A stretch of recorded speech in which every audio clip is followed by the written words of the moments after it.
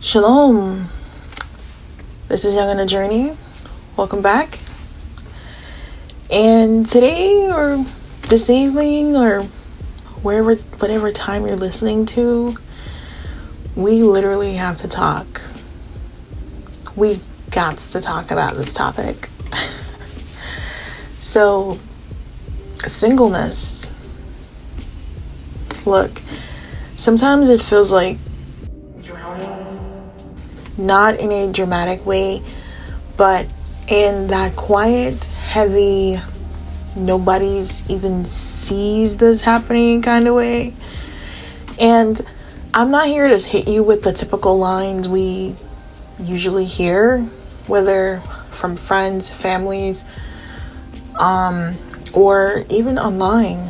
Usually hear stuff like, your season is coming, just wait on the Lord, it's all about timing.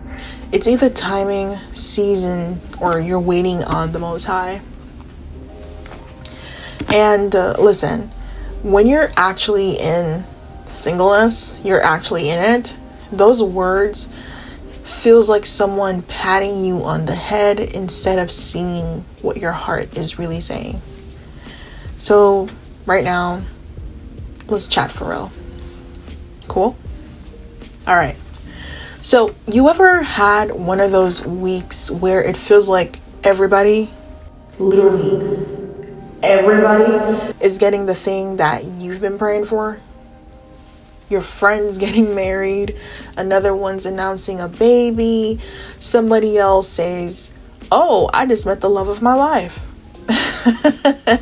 And you're sitting there like, "Oh, happy, I'm happy." Obviously you're happy, of course, for this person, right? There's nothing wrong with being joyful for somebody else, but you're also like, "Abba, Father, be for real right now." Be so for real, right? So it's not like you're jealousy or anything like that. It's that ache, that little sting in your heart, that quiet sting. Whoa, that feeling of being the last one, even though you're not, and it feels like there's no other last ones, or even if the last ones are there, they're being snatched up, taken up, they're just gone. You're just literally just one in a bucket. So nobody's talking about that feeling. Nobody talks about how your heart drops even while you're smiling for them. And that's not bitterness, of course. It could turn into it, but nobody talks about the confusion. Like, Father, I'm doing everything right. Why does it feel like I'm stuck in this one place? And if we're being honest about the emotion that hits, it feels like doubt. Maybe it will never happen to me. And anger, not at people, of course, but low-key at the Father, at Yah. Comparison, which such a heavy hitter. And it's saying, am I falling behind? Am I unattractive? Am I ugly? Like, what's happening to me? Why is this person over there getting all of that while I'm this person and I'm not getting anything? And then sometimes it feels like your age. Where is it? Am I too late for this thing? Or is it, am I too young for this thing? Or am I getting to the age where am I getting too old for this thing, right? And then the biggest one for me personally is compromise. Lowering your standards because you're tired of waiting around while everybody else is getting this thing and you're just there wondering if you have to either lower your standards, lower your personality, just lower something to be accepted, and just maybe you could possibly fit in. And sometimes this can also tie into feeling shallow about yourself because you think your standards are too high for wanting love, marriage, and partnership. And not partnership, but just a spouse or just love. Or feeling too deep, like you're spiritually ahead of everyone around you.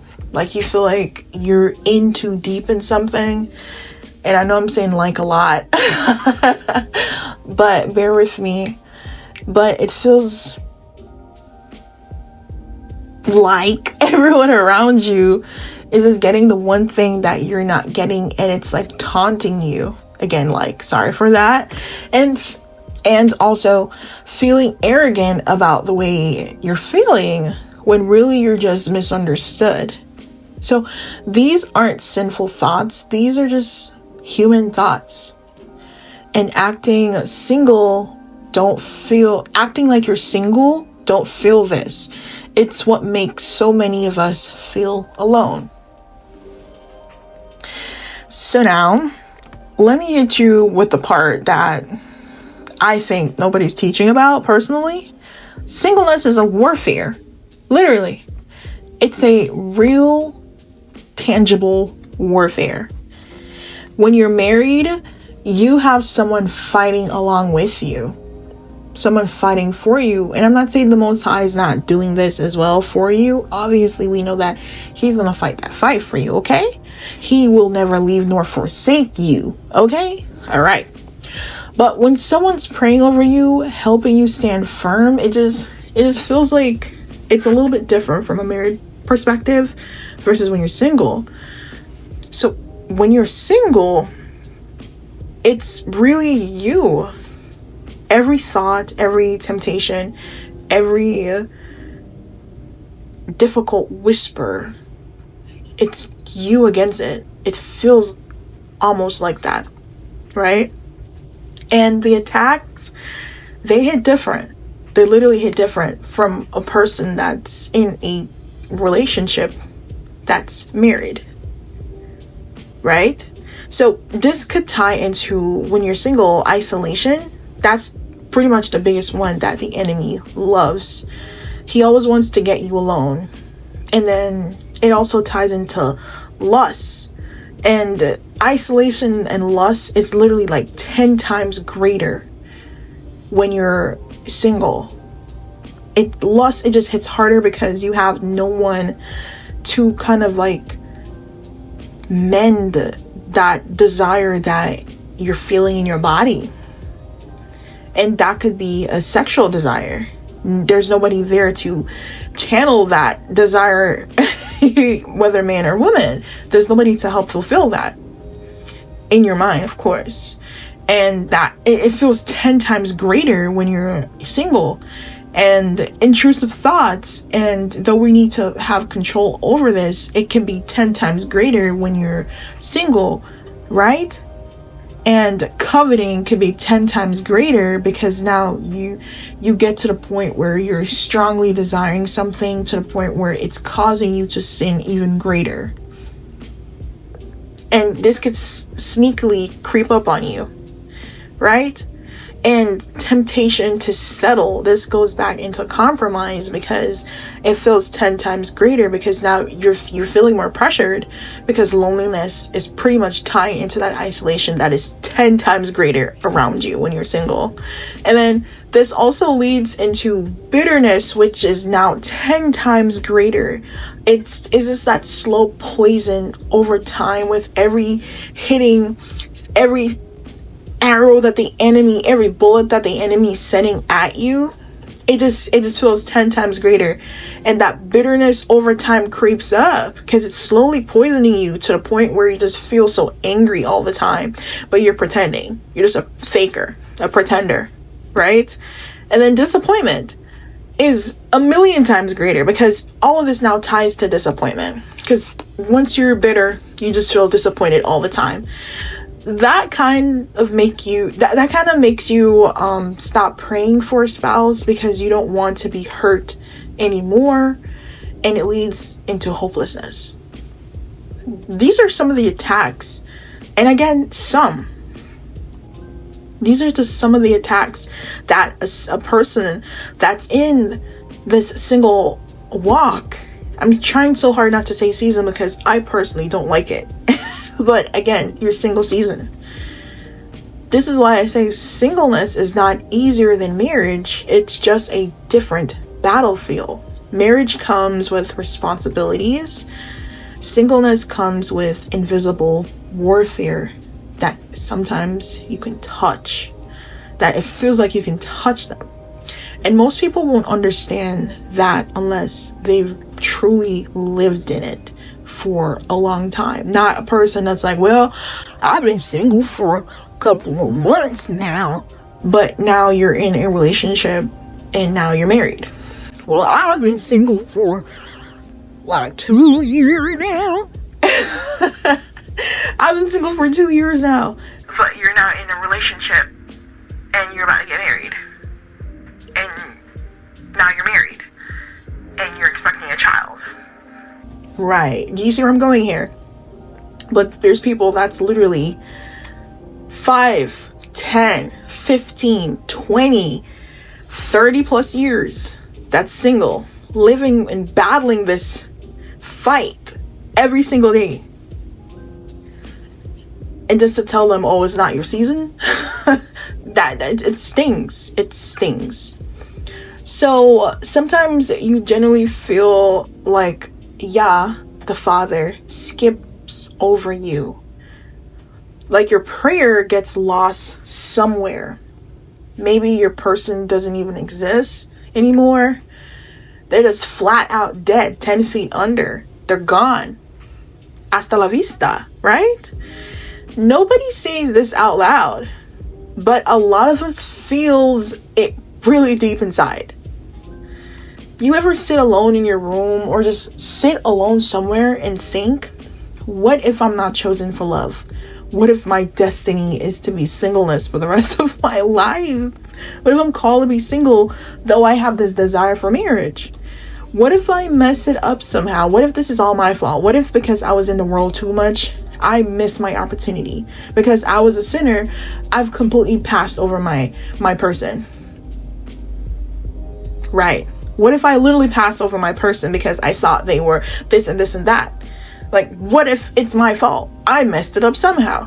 What if I'm too much for this person? What if I'm too deep? What if I'm reading my Bible too much? Is this person like lukewarm? Do I have to compromise myself to kind of dive down their level because I'm too much? Because I'm in my word too much? What if I'm literally not enough?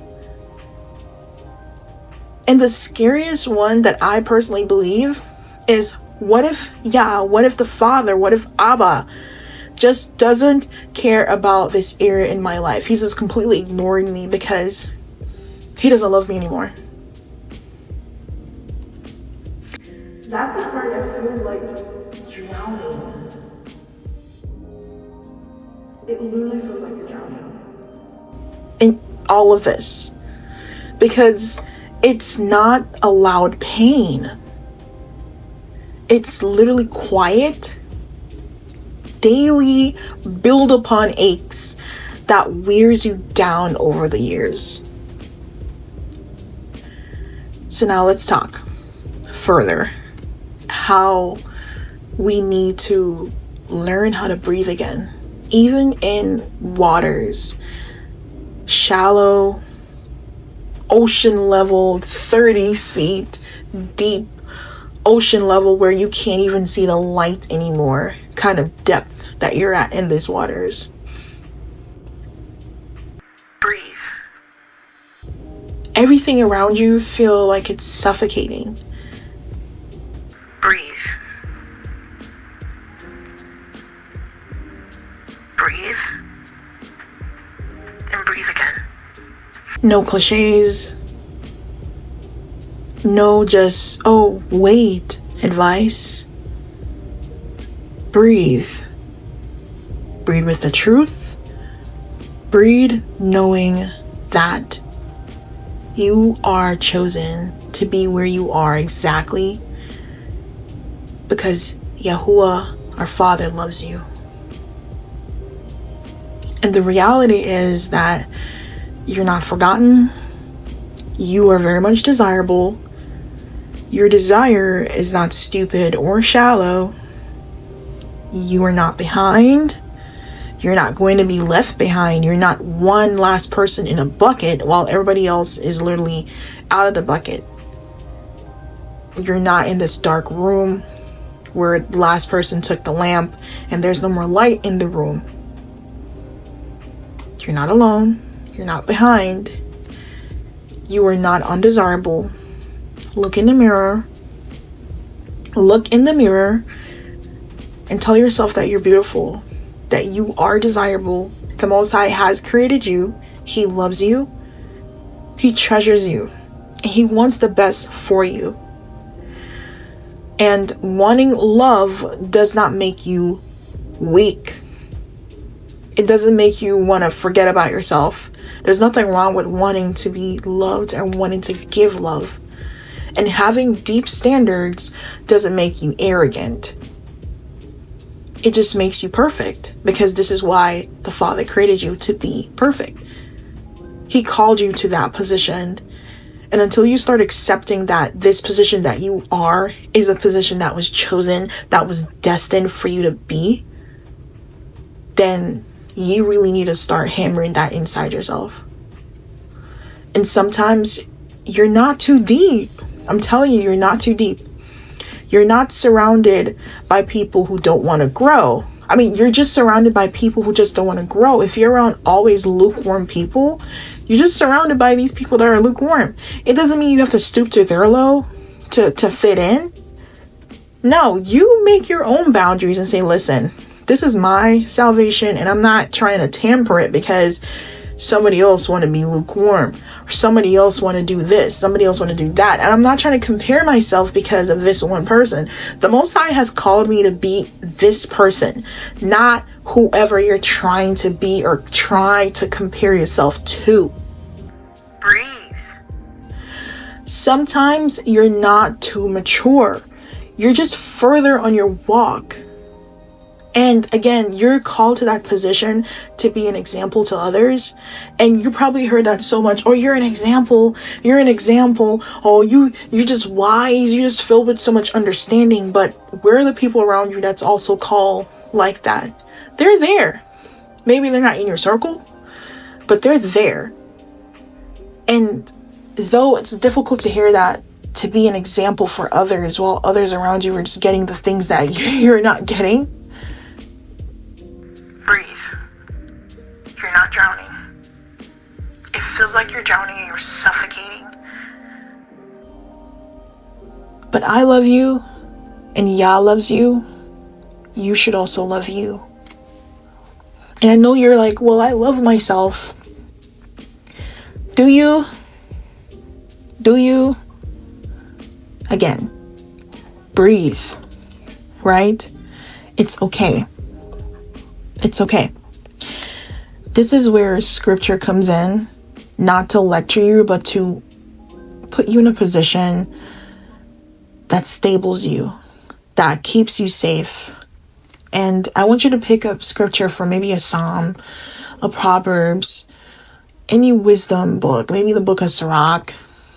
Wherever your spirit, your Ruach leads you, go there and meditate there and breathe, because it is okay. You are not, I repeat, you are not drowning because you're weak. You're drowning because you're human and you have desires, of course. And Yahuwah, the Father, Abba, doesn't shame you for feeling that. He's not going to shame you for being ungrateful. He will correct you, of course. He's not going to shame you for feeling impatient. He will correct you, of course. And he's not going to shame you for feeling too dramatic. But he's going to correct you, of course. And he's going to set you straight.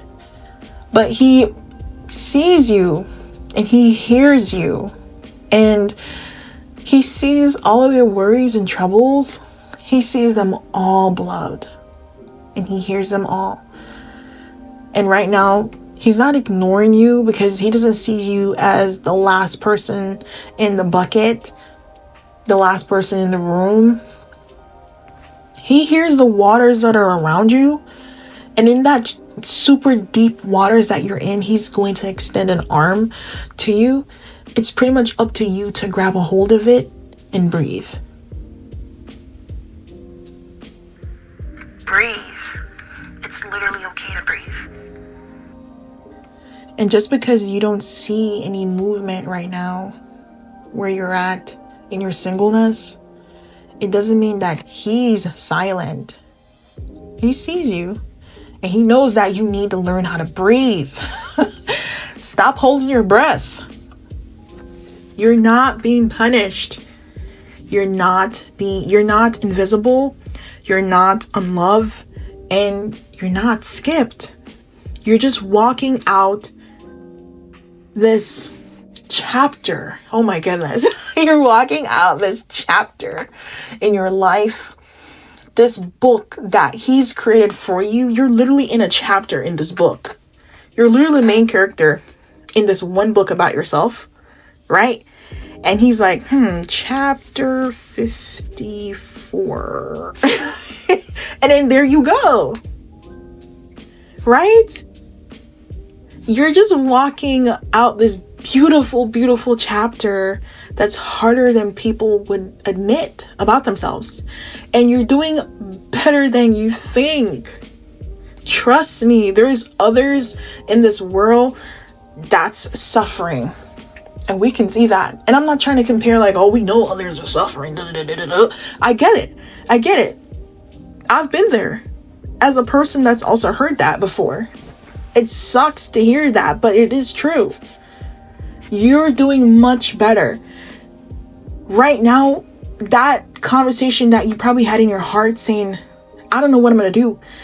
It feels like I'm not loved enough. It feels like he doesn't see me. Like I'm angry all the time.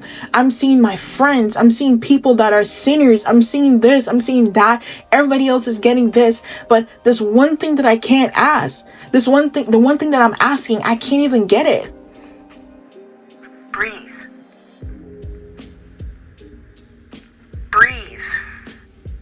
What if he doesn't want you to be that right now? It's not saying that it's never going to happen. But right now, what if there's something that's putting this blindfold over your eyes to see this one thing that you can't get, and it's preventing you from something that he wants you to get? What if you're calling your purpose for this moment, this chapter 52, chapter 54, whichever chapter you are in your book? What if that chapter, the enemy is literally writing something else in that chapter? And the Most High is like, he's literally at the end of the book. And he's literally like he's waiting on you. But the enemy, he's literally taking a red pen and crossing things out. So now that you're going through this chapter and you're seeing all this stuff that's happening, you're like, what's happening right now? And you're following along with the correction, thinking this is the Most High, when truly it's the enemy that's out to get you. And he's staring you to go back to like chapter 2, while the Most High is literally at the end of the book. And you're in chapter 54. And now because of the enemy, he's putting this blindfold over you. So now you're backtracking. Breathe. Talk to him honestly. Father, I'm suffocating right now. I don't know what to do. I feel like you're not hearing me. I'm angry. Everybody around me is getting this one thing. What is it that you want from me? Talk to him honestly and keep going. Talk to him every day. He's not answering. He's keeping silent. You need to knock on his door every day. Can I talk to you for like a little minute or something? You got 5 minutes or something? I know you're probably busy, but you know what I'm saying? What's up? Talk to him. Keep it going. Keep it going until he answers you. Your story is not on a record player that's like stuck and it's scratching. It's unfolding. Your chapter, what comes after chapter 54? Chapter 55. What comes after the 50th chapters? The 60th chapters. And it keeps going. Keep going. Breathe. Breathe. Be encouraged. Be of a good courage, and he shall strengthen your heart. All ye that hope in Yahuwah. Psalms 31, verse 24. Again, I love you. Yah loves you. Yahuwah loves you.